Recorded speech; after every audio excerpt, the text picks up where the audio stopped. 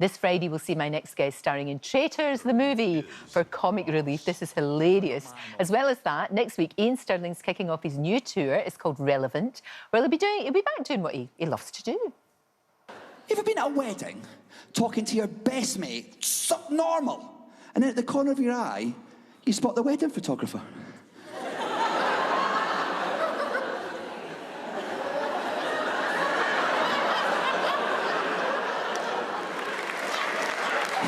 He's like, we're just getting natural shots, if you could just natural. Yeah, natural, yeah, of course, everything natural, man, natural.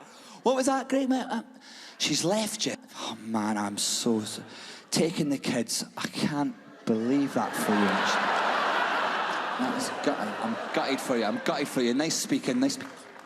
Iain joins me now. That was you from a previous tour. Yes. The new one is kicking off soon. 20th of March, yes. I'm going to Northampton. How are you feeling about it all? I'm pretty good, actually. I did a couple of shows just around London, little pub gigs. Yeah. And I did the full show, and people seem to enjoy it. So I'm excited. I'm excited to get out there. I've been a few years off, and now I'm back. Exactly. 15 years I've been a stand-up comedian. Now, we were just saying, I'm like, I'm an elder statesman. You are an elder statesman, even though you're a baby. I've been doing stand-up for so long, for 14 years as a comedian. I didn't even have a podcast.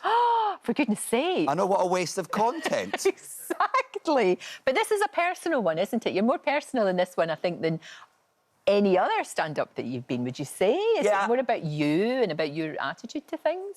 Well, I'm sure everyone has this.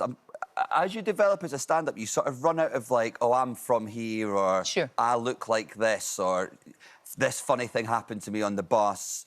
So instead, you've got to sort of go inside and be like, what do I think and feel about things? And that, you know, I've sort of, when you're out in public, does everyone have that thing where if you're stood still for ages, you start going like, how high are my hands meant to be right now? And you just become really aware of your own body when you're out in public. So I've started just, being a dad and being married and all that. Yeah, of course. I mean, your life has changed hugely. Exactly. You have to be a responsible grown-up now that you're a daddy. Well, I mean, does anyone... Do you feel that... No. Does anyone feel responsible? No, or grown-up, I don't. I'm 36 and still now, whenever I make a spaghetti bolognese, I'm still in my head going, you are an incredible... I can't believe you've managed this. Well done, you. Every time I hoover, I'm still going, oh, my God, my mum is going to be so happy. I know. There's a lot going on just now, though. I mean, obviously, looking forward to the tour. Obviously, You're in that comic relief Traitors, which is like a film. I mean, you're playing Ross. Ross. Yes. Yes. There's the mama, and there's everybody else in it. I have to say, Suran Jones, I mean, she's the double of Chloe, isn't she? I mean, look at that. It's the mannerisms and stuff that she does is absolutely incredible, honestly. So clever.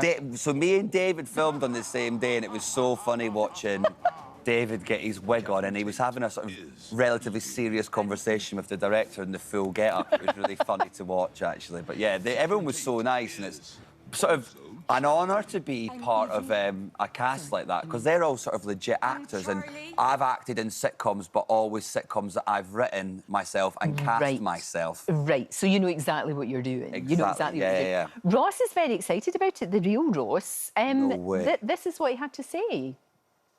Iain, Ross here from The Traitors, although I'm sure you already knew that, as a little birdie's told me that you're going to be playing me for comic relief. You're way more handsome than me, so I've done all right there, actually.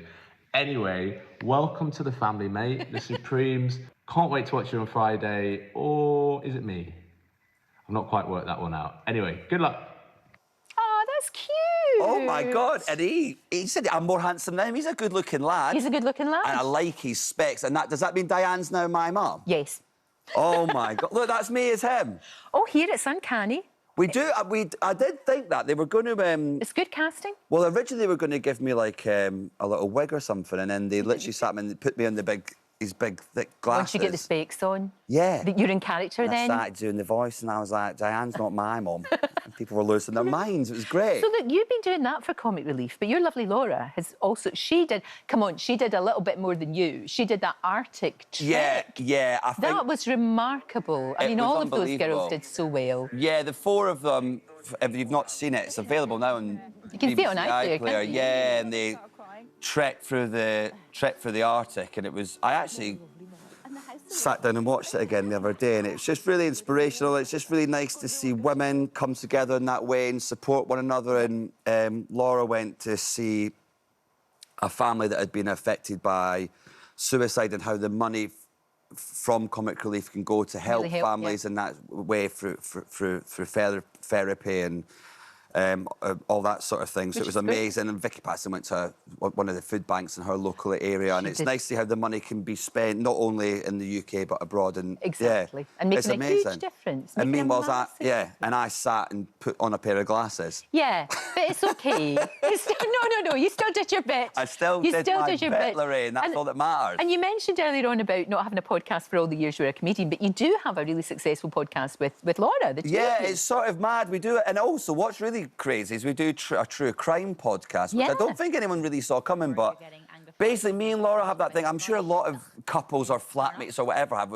Every night we would sit down in front of the telly and be like, essentially Netflix for us would be like deciding for half an hour what we want to watch, not deciding, then going right bed then. Yeah, it takes a while. Now true crime's like our get out of jail free card, so we'd drama series or doc, we'll always put it on. That's good. And then the BBC came up to us and said, do you want to get paid to talk about it? And I was like, yeah, I do actually. Go on then. And of course, Love Island toddles along, so there you are. It's all going on. Love Island, part of the furniture. I do the American one now. You do, but if you thought the British ones were good looking. Oh, is it crazy? Wait to see the Americans. But are they not all kind of interfered with and assisted? They're not. No, I think it's just that American genetics. They all get braces when they're like. I think they get braces in the womb. I don't know how they manage it, but they all look great. I think they probably do. But long may it continue. And good luck with the tour. And also, can I just say, it's nice being on Lorraine with Lorraine. Is it? Yeah. Right. I like that. Because I do this because of Love Island. Our paths never cross. I know. I think ITV don't want this much Scottish in a room at one time. It could be. It could be that. Look at the camera. Oh. What's that mean? I don't know. I've just doubled my salary. Yes, you have. ITV have just got a grant.